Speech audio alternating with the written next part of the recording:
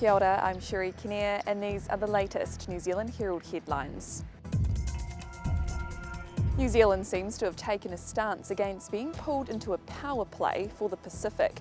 During a speech while here in Australia, Prime Minister Jacinda Ardern spoke in favour of de-escalating tensions in the region using diplomacy and open discussion.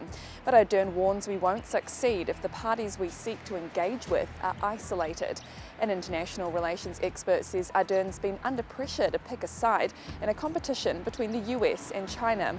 Canterbury University's Jeremy Moses says this is a message New Zealand won't play that game. That we still do see an alternative path through multilateral institutions, through trade agreements, to bring about cooperation rather than conflict. Meanwhile, it's bye-bye Boris Johnson as British Prime Minister. He's resigned as leader of the Conservative Party following a string of resignations from his cabinet over the past 48 hours. Johnson says he spent the past few days trying to persuade colleagues the time was not right to change leaders.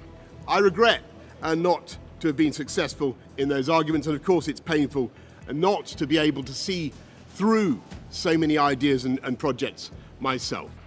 He'll remain in place while a new leader is selected. Back in New Zealand, police investigations are continuing into two dramatic events on Auckland's North Shore. 5 schools were put into lockdown when armed police descended on a house in Belmont after reports of a gunman in the area. No arrests have been made so far.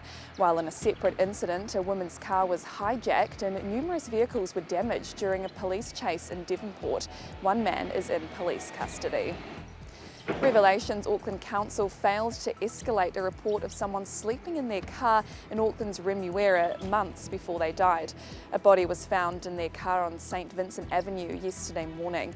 Neighbours say the person had been sleeping in their red Suzuki Swift for months. Auckland Council admits it misfiled a complaint made in May as being that of a freedom camper instead of someone who needed help. And Auckland Airport's expecting about 120,000 people to board international flights over the upcoming 2-week school holiday break.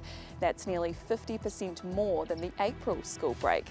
Today will be particularly busy at both the domestic and international terminals. And those are the latest New Zealand Herald headlines. For more and to stay up to date, head to nzherald.co.nz. Kia pai te rā. Thanks for checking out our YouTube channel to stay up to date with all the latest news from the New Zealand Herald. Click the subscribe button below or check out one of the videos here and head over to nzherald.co.nz for more details on these stories and more.